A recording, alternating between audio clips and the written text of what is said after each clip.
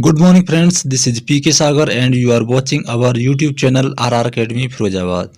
So friends, today we will talk about the play written by William Shakespeare, Measure for Measure. तो जी हाँ दोस्तों, आज के video में बात करने वाले हैं हम विलियम शेक्सपियर के द्वारा लिखे गए एक नाटक की जिसका नाम है मीजर फॉर मीजर। तो वीडियो को शुरू करने से पहले एक छोटी सी बात बोलूँगा मैं कि अगर आप इस वीडियो को पूरा देखते हैं और ध्यान से देखते हैं तो मीजर फॉर मीजर नाम के इस प्ले से संबंधित कोई भी क्वेश्चन अगर एग्जाम में आ जाता है तो आप उसको 101% अटेम्प्ट करके आएंगे। तो बने रहिए आप मेरी वीडियो के साथ में और चैनल को कर लीजिए सब्सक्राइब। जी हाँ दोस्तों, अगर आपने अभी तक मेरे चैनल को सब्सक्राइब नहीं किया है तो पहले आप मेरे चैनल को सब्सक्राइब कर लीजिए, क्योंकि मैं कोई आलतू फालतू वीडियो अपलोड नहीं करता हूँ। मैं सिर्फ वही वीडियो अपलोड करता हूं जो वीडियो आपके लिए बहुत ज़्यादा इम्पोर्टेंट होती हैं। तो मीजर फॉर मीजर प्ले से कम आपके 2 या 3 क्वेश्चंस एग्जाम में आ जाते हैं। तो मैं इस तरीके से इस प्ले को डिस्कस करने वाला हूं जिसमें करेक्टर्स होंगे। करेक्टर्स के बारे में पूरा एनालाइज करेंगे, किस करेक्टर का क्या करेक्टरिस्टिक है, और पूरे प्लॉट के बारे में बात करेंगे। प्लॉट का मतलब जो भी उसका कथानक है, किस तरीके से इसको क्रिएट किया गया है, ये सारी चीज़ें हम इसमें बताने वाले हैं। तो चलिए फ्रेंड, बने रहिए वीडियो के साथ में। और एक बात और है कि आप वीडियो को देख लेते हैं लेकिन लाइक नहीं करते। आपको शायद इस चीज़ का अंदाज़ा नहीं है कि एक वीडियो को बनाने में कम से कम 3 से 4 घंटे का समय लगता है। क्योंकि सपोज करिए कि वीडियो का टाइम ही ये इतना हो जाता है और इसको क्रिएट करने में और मैटर को टाइप करने में, इसको डेकोरेट करने में और ये सोचने में कि हमें आज क्या कंटेंट देना है, बहुत सारा समय लग जाता है। तो फिर भी आप इसको लाइक नहीं करते, चैनल को सब्सक्राइब नहीं करते और वीडियो को शेयर नहीं करते। तो मैं सिर्फ आपसे इतना ही कोऑपरेट चाहता हूं कि आप चैनल को सब्सक्राइब कर लीजिए, वीडियो को लाइक कर दीजिए और इस पर कमेंट करना मत भूलिए कि वीडियो आपको कैसी लगी।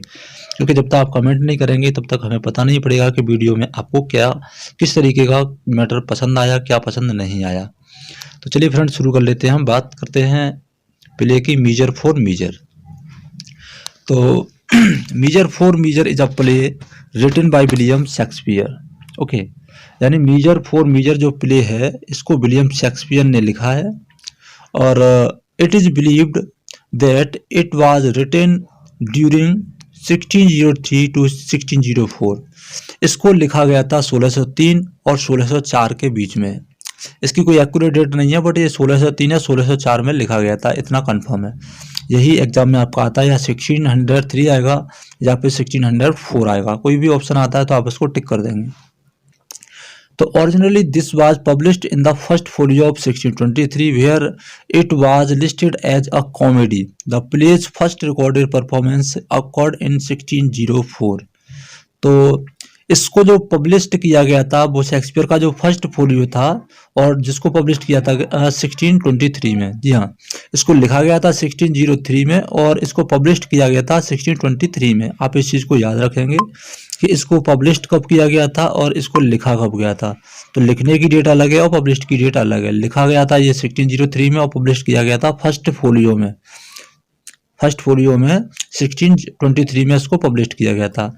और उसमें इसको कॉमेडी की जो सीरीज है उसमें ऐसे शामिल कर लिया गया था। अगर ये पूछा जाता है कि ये किस तरीके का प्ले है तो आप बात कर देंगे कि this is a comedy written by William Shakespeare. Okay, तो इसका जो फर्स्ट परफॉर्मेंस था वो हुआ था 1604 में। ध्यान देना, पहली बार इसको थिएटर में प्रदर्शित किया गया था, थिएटर में शो किया गया था 1604 में।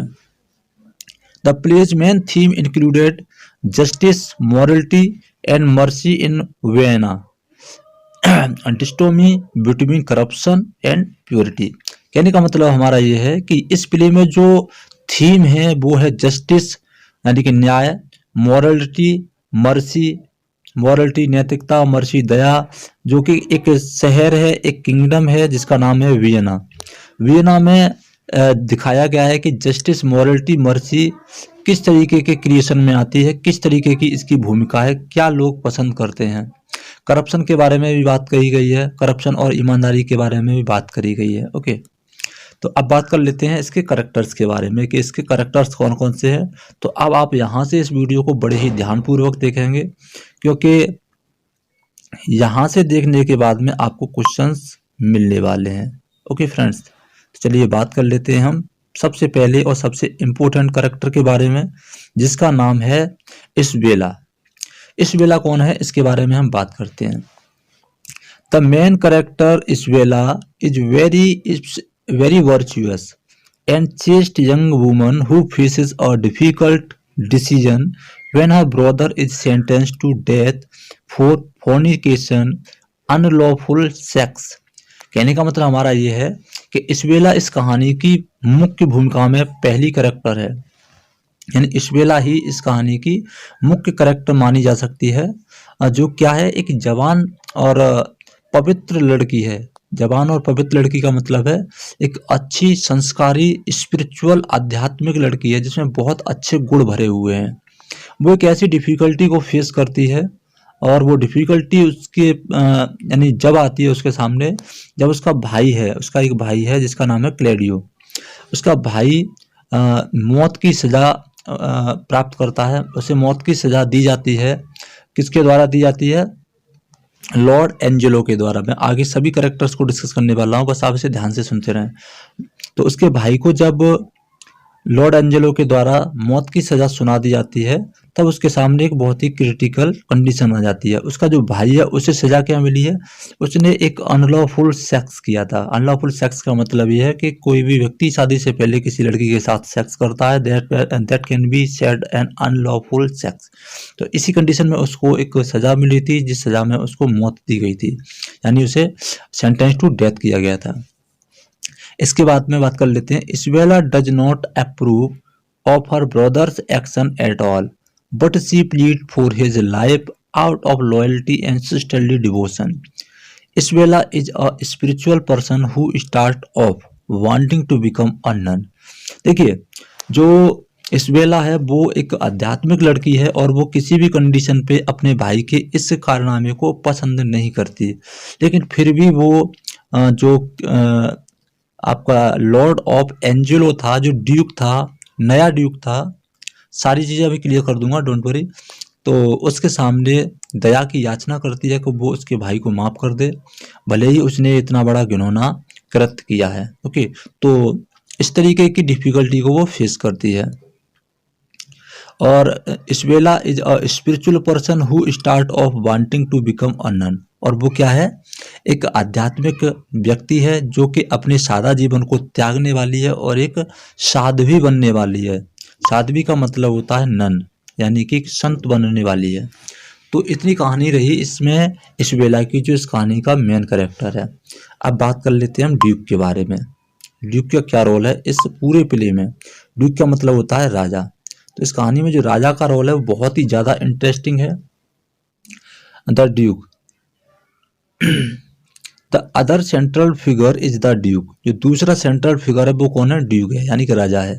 Who spends most of his time dressed as a friar in order to observe what is happening in his absence. और जो राजा है वो मोस्टली एक साधु की ड्रेस में रहता है, डिस्गाइज रहता है, और अपनी जगह पर उसने एंजेलो को क्या बना दिया है? राजा बना दिया है। ओके, एंजेलो को राजा बना दिया है और खुद साधु की ड्रेस में अपने किंगडम में घूमता है। ये देखने के लिए घूमता है कि उसके शहर में उसकी अनुपस्थिति में क्या क्या घटनाएं होती हैं। The duke is unfailingly virtuous. वो बहुत ही ज़्यादा गुड़ी है। गुड़ी का मतलब उसके अंदर बहुत अच्छे सद्गुण भरे हुए हैं। गुड अच्छा है, काइंड हार्टेड है, दयालु है।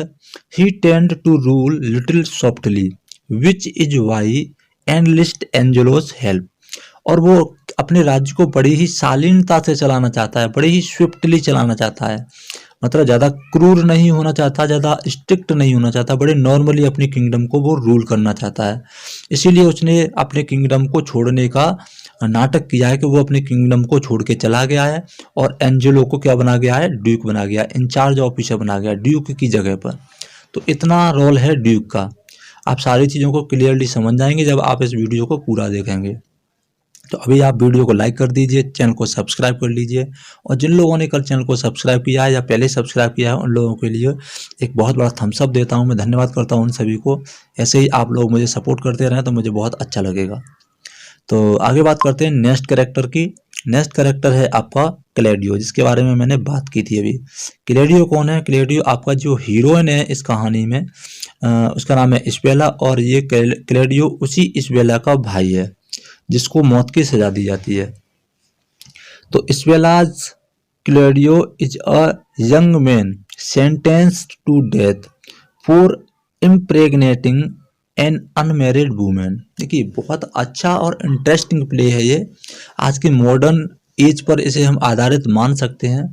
तो इस्बेला का जो भाई है क्लैडियो, उसे क्या कर दिया गया है? सेंटेंस टू डेथ, मृत्यु की सजा दी गई है।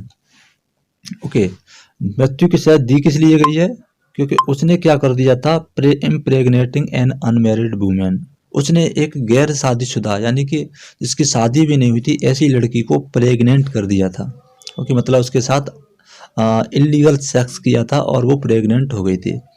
तो he was engaged to her by a common law agreement but they had sexual intercourse before the legal marriage took place.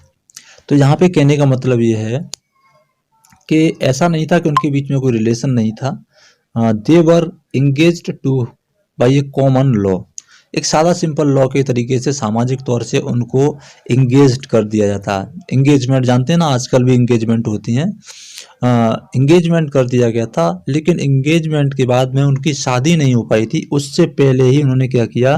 They had sexual intercourse before the legal marriage took place, शादी होने से पहले ही उन्होंने sex कर लिया। देखिए उस जमाने में क्या सेक्स की भूमिका थी, बट आज के ज़माने में एक कॉमन फैक्ट हो गया है कि कभी किसी की अरेंज मैरिज हुई नहीं कि फ़ोन पे बातें शुरू हो गई और लोग एक दूसरे के साथ इंटरकोर्स में संलिग्न हो जाते हैं, तो ये गलत है। और यही इस कहानी में दिखाया गया है कि किस तरीके से ऐसे लोगों को पनिश करना चाहिए। आजकल बॉयज़ एंड गर्ल्स में बहुत ज़्यादा क्रेज है कि ज़रा सी फ्रेंडशिप हुई नहीं वो सेक्सुअल इंटरफियर करना शुरू कर देते हैं। तो this is a very bad habit, ऐसा नहीं करना चाहिए और ये इलीगल भी है और ये इमोरल भी है। मैं सभी को सलाह देता हूँ कि all that things should be took place after marriage. तो नेक्स्ट बात करते हैं कि Claudio depends less on guidance of law and religious practice than on his sister. कहने का मतलब हमारा ये है कि क्लैडियो जैसे उसकी बहन आध्यात्मिक थी, धार्मिक थी और अकॉर्डिंग टू लॉ के हिसाब से चलती थी, उस हिसाब से जो क्लैडियो है वो क्या है? Depend less on guidance of law, वो कानून को नहीं मानता, इसलिए उसने ये सारा काम कर लिया। सोच लिया अरे क्या होगा देखा जाएगा, हमें तो मजे लेने से मतलब है, और उसने ये सब कुछ कर लिया। तो इसी चक्कर में उसको क्या हुआ? सेंटेंस्ड टू डेथ, उसे मृत्यु की सजा दी गई। किसके द्वारा दी गई? लॉर्ड एंजेलो के द्वारा। Character number 4। तो Lord Angelo is the villain of the play. अगर क्वेश्चन ये आता है कि मीजर 4 मीजर में विलेन कौन है, तो हम सीधे सीधे बता देंगे कि लॉर्ड एंजेलो क्या है? विलेन है, जो क्या करता है? A man who rule strictly without mercy. चूंकि राजा ने किंगडम छोड़ने का नाटक किया है और वो साधु के भेष में रह रहा है किंगडम में, और लॉर्ड एंजेलो को इंचार्ज बना के चला गया है, यानी ड्यूक की जगह दे गया है। तो जब उसने देखा कि हमारे जो किंगडम है, हमारा जो राज्य है, इस राज्य में इतनी सारी फ्रीडम है कि लोग खुलेआम सेक्स कर लेते हैं और कोई कुछ नहीं कहता, बहुत सारी उसको इम्प्योरिटी दिखाई देती है अपने किंगडम में, तो वो बहुत ज़्यादा स्ट्रिक्टली रूल करना शुरू कर देता है, यानी राज्य को बहुत ज़्यादा कड़े नियम कायदा कानून से घेर देता है और बिना किसी दया भावना के, उसके अंदर कोई दया नहीं होती है, इतना स्ट्रिक्ट रूलर बन जाता है वो। He has his own weakness, उसकी कुछ कमजोरियां भी हैं, however, and he is loathsome more for his hypocrisy than for anything else. Hypocrisy कहने का मतलब यह है वो अपनी चलाना चाहता है, ये उसकी कमजोरी है, वो सोचता है कि जो वो कर रहा है वो सब कुछ सही है। He present Isabella with a difficult condition. यहाँ देखिए यहाँ बहुत अच्छी और एक अच्छी लाइन आई है, with a difficult proposition and then does not even hold up his end of the bargain. तो मैं यहाँ पे ये बताना चाहूँगा कि ये डिफ़िकल्ट कंडीशन क्या प्रेजेंट की थी उसने इस्बेला के सामने। इस्बेला कौन है? क्लैडियो की सिस्टर है। तो उसके सामने उसने एक ऐसा रख दिया था प्रपोजल, जिसे मानने के लिए वो बहुत ज़्यादा सोच में पड़ गई। प्रपोजल क्या था कि क्लेडियो को मौत की सजा दी गई थी। तो उसने यानी कि इशबेला ने यानी कि क्लेडियो की सिस्टर ने जब लॉर्ड एंजेलो से बोला कि वो उसके भाई को माफ़ कर दे, हालांकि उसकी गलती है, उसने गलत किया है, उसने पाप किया है, फिर भी मैं चाहती हूँ कि मेरे भाई को क्षमा कर दिया जाए। तो लॉर्ड एंजेलो बोलता है इशबेला से, यानी इसकी सिस्टर से बोलता है, क्लेडियो की सिस्टर से, कि ठीक है तुम्हारे भाई की जो सज़ा है मैं उसको माफ़ कर सकता हूँ, बट तुमको एक काम करना पड़ेगा। काम क्या करना पड़ेगा कि तुम्हें मेरे साथ सेक्स करना पड़ेगा, क्योंकि तुम्हारे भाई ने दूसरी लड़की के साथ सेक्स किया, तो मैं तुम्हारे साथ सेक्स करना चाहता हूँ। अगर तुम मेरे साथ सेक्स करने के लिए तैयार हो तो मैं तुम्हारे भाई को छोड़ दूंगा, माफ़ कर दूंगा उसे। तो चूंकि वो एक नन बनना चाहती थी और आध्यात्मिक जीवन शुरू करना चाहती थी, तो इस वजह से उसने इस चीज़ को गलत माना, सोचा कि ये पाप होगा, और उसने ऐसा कोई जवाब नहीं दिया। ठीक है, ये करेक्टर है इशबेला का। लॉर्ड एंजेलो का करेक्टर देखिए कितना गलत है कि वो किसी लड़की से न्याय के लिए, न्याय मांगने के बदले में उसके साथ सेक्स करना चाहता है। ये क्रिटिकल कंडीशन यहाँ पर शेक्सपियर ने एक्सपोज की है कि जो ड्यूक होता है वो ऐसा भी कर सकता है। ओके, चलिए आगे बात कर लेते हैं हम नेक्स्ट कैरेक्टर की। नेक्स्ट कैरेक्टर है वो है हमारा एस्किलस। एस्किलस क्या है इसके बारे में चर्चा कर लेते हैं। तो he is a wise lord who advised Angelo to more merciful. He is loyal to the duke and seek to carry out his order justly, but cannot go against Angelo's will. तो Escalus क्या है? Aesculus एक wise बुद्धिमान Lord है। Lord एक post होती है जो ड्यूक से नीचे होती है, और वो एंजेलो को यानी कि किसको, जो बहुत ज़्यादा स्ट्रिक्ट रूलर है, एक विलेन है इस कहानी का, उसको एडवाइस देता है कि वो थोड़ा सा दयावान हो जाए, मर्सीफुल हो जाए। ओके, और जो एस्केलस है वो ड्यूक का, जो असली ड्यूक है, जो साधु के भेष में रह रहा है, उसका क्या है, लॉयल है, उसके प्रति बहुत ज़्यादा लॉयल है, और वो उसके जितने भी ऑर्डर हैं उनको बड़े ही न्यायपूर्वक कैरी आउट करता है, यानी उनको पूरा करता है, जो ऑर्डर दिए जाते हैं राजा के द्वारा उसको पूरा करता है। But can not go against Angelo's will, लेकिन उसको ये अधिकार नहीं है कि वो एंजेलो के खिलाफ चला जाए। राजा ने उससे मना कर दिया है कि तुम एंजेलो के खिलाफ नहीं बोलोगे, एंजेलो चाहे कुछ भी करता रहे, बस तुम मुझे रिपोर्ट करोगे कि वो क्या कर रहा है, यानी सारी सूचनाएं मुझे दोगे राज्य में क्या चल रहा है। तो ये कहानी, ये थोड़ा सा रोल है एस्किलस का, ज़्यादा इंपॉर्टेंट नहीं है, पर आप इसको याद रखेंगे। नेक्स्ट है ल्यूसियो। ल्यूसियो का करेक्टर देखिए थोड़ा सा इम्पोर्टेंट है, बहुत ज़्यादा इम्पोर्टेंट है मैं ये कहूँगा। He is described by Shakespeare as a fantastic. उसको फंटास्टिक बोल के डिस्क्राइब किया है। अगर क्वेश्चन ये आता है कि who is fantastic character in Measure for Measure written by William Shakespeare, then your answer will be that the Lucio is a fantastic character in this play. तो ये फंटास्टिक क्यों है? फ्लैम्बॉयंट बैचलर, ये कवारा है, दिल खुश कवारा है। कवारा का मतलब जानते हो, जिसकी शादी नहीं होती, दिल खुश कवारा, कवारा लड़का है। Who provide much of the place comedic content, और ये प्ले में क्या है, हास्यप्रद कंटेंट प्रयुक्त होता है इसके द्वारा, यानी ये कॉमेडी करता है, एक कॉमेडिक सीन्स क्रिएट कर देता है, ऐसा एक बैचलर है ये, इसलिए शेक्सपियर ने इसको फंटास्टिक बोला है। और क्या है इसकी खासियत कि he is friend of Claudio's and try to help him. देखिए, जो इस क्लेडियो को फांसी की सजा हुई है, मौत की सजा हुई है, ये उसी का फ्रेंड है और उसकी सहायता करने की पूरी कोशिश करता है। यही वो व्यक्ति है लूसियो जो क्लेडियो की सिस्टर को ये सलाह देता है कि भाई तुम अपने भाई की वकालत करो और उसको बचाओ पूरे तरीके से, जितना हो सके उसको बचाने की कोशिश करो। यही व्यक्ति है जो उसको वकालत करने की सलाह देता है अपने भाई को बचाने के लिए, ये इसका रोल है। ओके, चलिए बात करते हैं सेवेंथ नंबर के कैरेक्टर की। तो सेवेंथ नंबर का जो कैरेक्टर है वो क्या है, मैरियाना। मैरियाना का जो रोल है कहानी में, मैं उसके बारे में बता देता हूँ। Mariana suppose to marry Angelo. देखिए, जो राजा है, जो ड्यूक की जगह पे काम कर रहा है, लॉर्ड एंजेलो, ये क्या है, मैरियाना उसकी वाइफ है, ये समझ लीजिए। क्या है, उसकी वाइफ है, चाहे शादी हो चुकी है या शादी होने वाली है, ये समझ लीजिए। But he called the wedding of, लेकिन वो शादी को तोड़ देता है, मैरियाना को छोड़ देता है, या बोल देते हैं कि उसे डिस्कार्ड कर देता है हमेशा के लिए। क्यों कर देता है? She lost her dowry in a shipwreck that killed her brother. तो एक शिप रैक होती है, शिप में लूट होती है, उस लूट में उसका जो डॉरी होता है, जो सामान होता है वो खो जाता है और उसके भाई की भी मृत्यु उसी में हो जाती है। तो उसमें मृत्यु हो जाती है जब, तो जो ड्यूक है यानी कि एंजेलो है वो उसको छोड़ देता है और हमेशा के लिए उससे अलग हो जाता है। ओके फ्रेंड्स,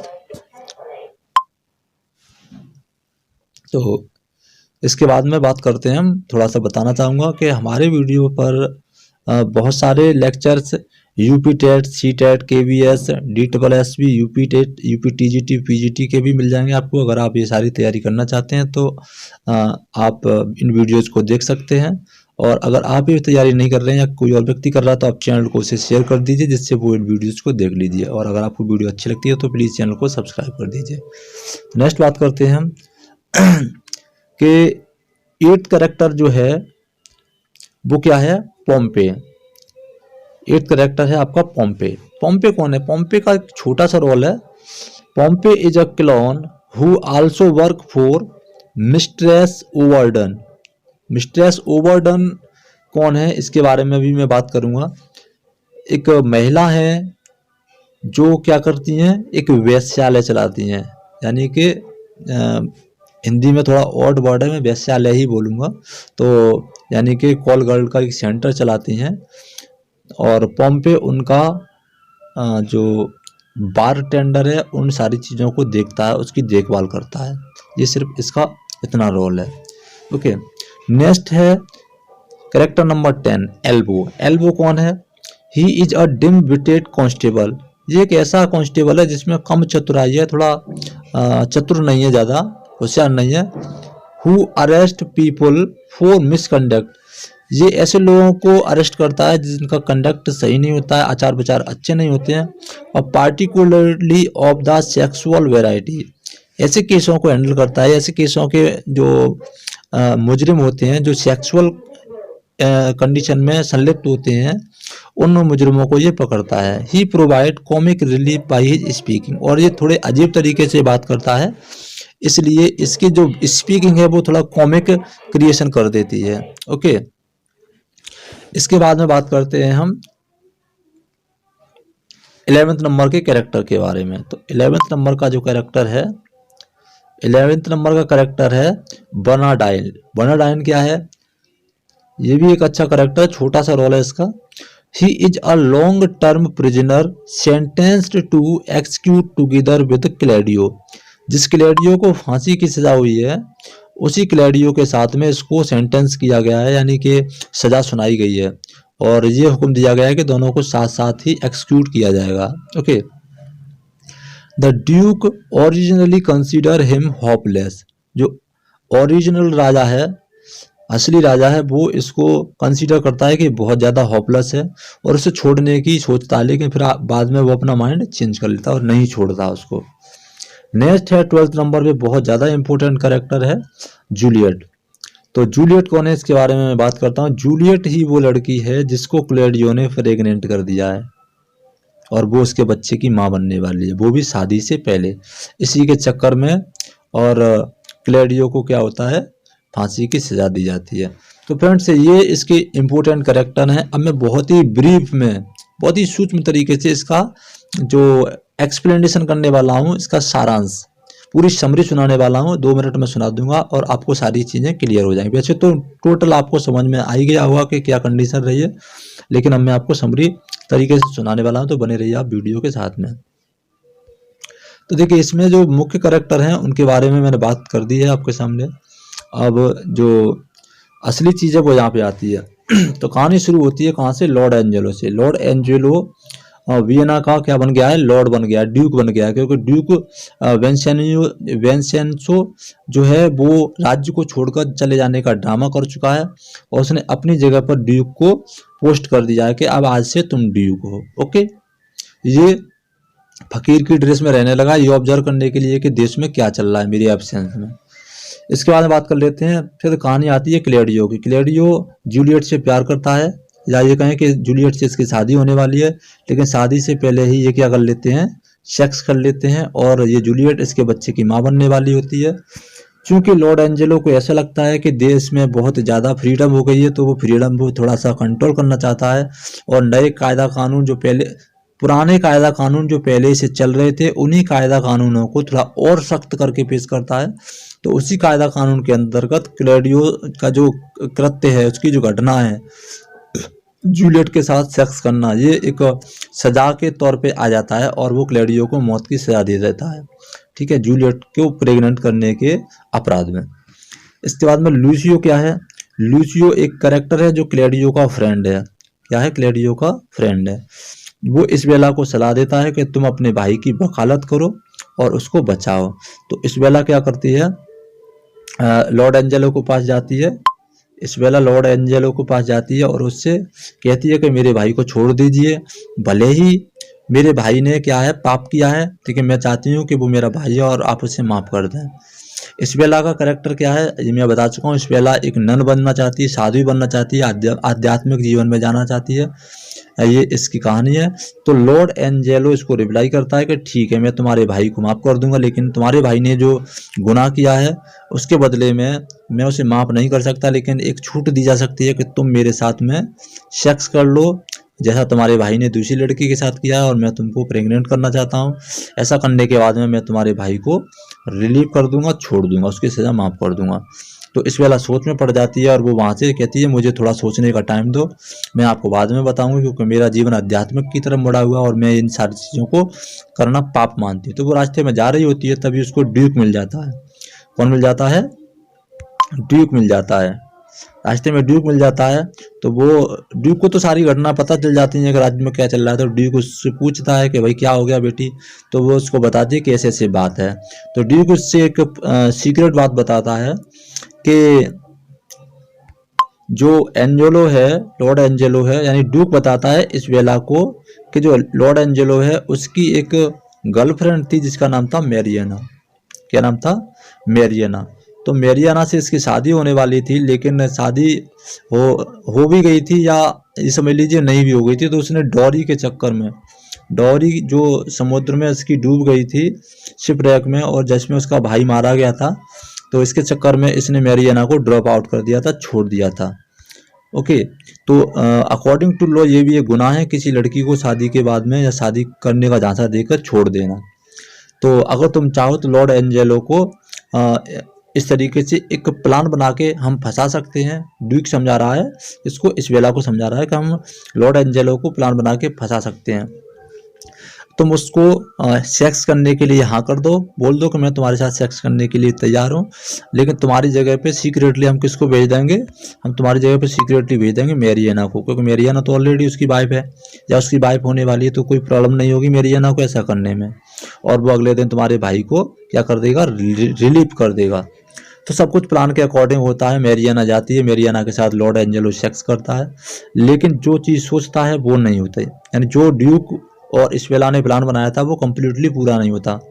मैरियाना जाती है, वो उसके साथ सेक्स करता है, इतना तो हो जाता है प्लान के अकॉर्डिंग, लेकिन वो उसको जो क्लैडियो है उसको माफ़ नहीं करता। डर सताता है उसको कि वो रिवेंज लेगा, इसलिए वो हुक्म दे देता है कि इसका सर काट दिया जाए।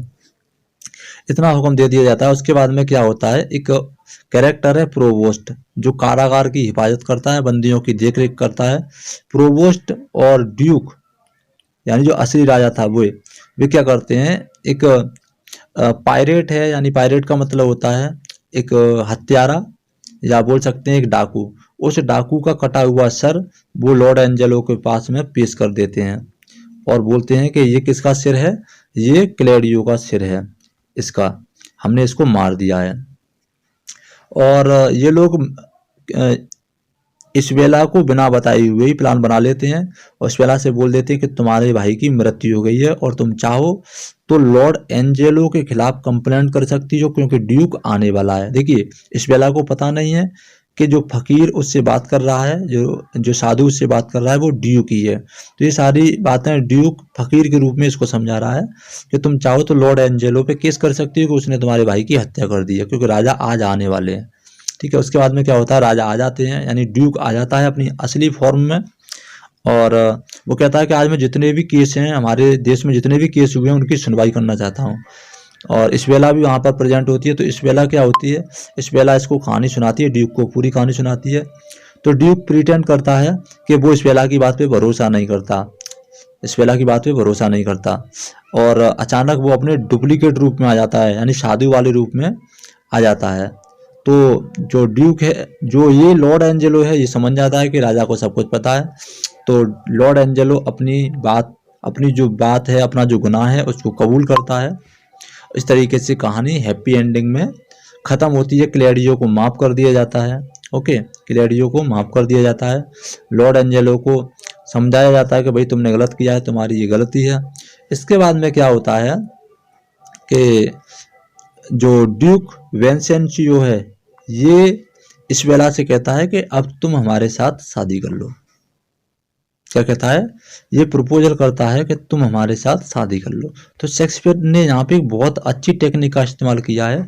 जैसे जनरली आज के दौर में लड़के लड़कियों को प्रपोज करते हैं कि विल यू मैरी मी, ऐसे ड्यूक ने कहा कि विल यू मैरी मी। तो इसके बाद में एक यहाँ पर बहुत बड़ी साइलेंस, यानी कि चुप्पी, जिसे हम चुप्पी बोल सकते हैं, वो प्रेजेंट की है शेक्सपियर ने। यहाँ इस्बेला कुछ बोली ही नहीं है, काफ़ी देर तक साइलेंस बना हुआ है। ड्यूक फिर से बोलता है क्या तुम मुझसे शादी करोगी, तो यहाँ फिर से कोई रिप्लाई नहीं है। तो ये बहुत अच्छी टेक्निक है। इस पर क्वेश्चन आ जाता है कि यहाँ किस चीज़ का यूज किया है। तो यहाँ पे उसने अपनी साइलेंस टेक्निक का इस्तेमाल किया इस्बेला को कोई जवाब न देके। यानी इसमें ये स्पष्ट नहीं किया गया है कि इस्बेला ने हाँ कही थी या ना कही थी इसके शादी के प्रपोजल के लिए, जब ड्यूक ने उससे शादी के लिए प्रपोज किया था। तो माना ये जाता है क्योंकि इस्बेला तो ऑलरेडी साधु भी बनना चाहती थी, तो जाहिर सी बात है वो शादी से, राजा ने जब उसे शादी का प्रपोजल दिया था तो वो उससे खुश नहीं हुई थी, क्योंकि वो तो साधु भी बनना चाहती थी, ये माना जाता है। ओके, बात करते हैं हम अदर कैरेक्टर के बारे में। अदर कैरेक्टर है लूसियो। तो लूसियो की शादी राजा एक प्रोस्टिट्यूट यानी कि एक वेश्या से कर देता है, वेश्या से करने का हुक्म दे देता है, और उसको शादी करनी पड़ती है वेश्या से, जिस वेश्या का नाम क्या होता है, केट। लूसियो की शादी किससे होती है, केट से। ओके, और क्लेडियो की शादी किससे होती है, जूलियट से। ओके, तो इस्बेला की शादी के लिए प्रपोजल मिलता है ड्यूक से, लेकिन ये स्पष्ट नहीं होता है कि वो शादी करता है, यानी शादी के लिए हाँ करती है या नहीं करती है। तो फ्रेंड्स, वीडियो अगर अच्छी लगी तो प्लीज़ शेयर कर दीजिए, लाइक कर दीजिए, कमेंट करना मत भूलिए कि आपको प्ले कैसा लगा। अब इस प्ले से संबंधित कोई भी क्वेश्चन आ जाता है तो आप आसानी से इसको सॉल्व कर सकते हैं। आई होप कि वीडियो आपको अच्छी लगी होगी, और ये वीडियो आप दूसरे लोगों को भी शेयर कर दीजिए और उनसे बोल दीजिए कि वो इस चैनल को सब्सक्राइब कर लें। तो आज की वीडियो में इतना ही, मिलते हैं हम नेक्स्ट वीडियो में, तब तक के लिए बाय बाय, जय हिंद, जय भारत।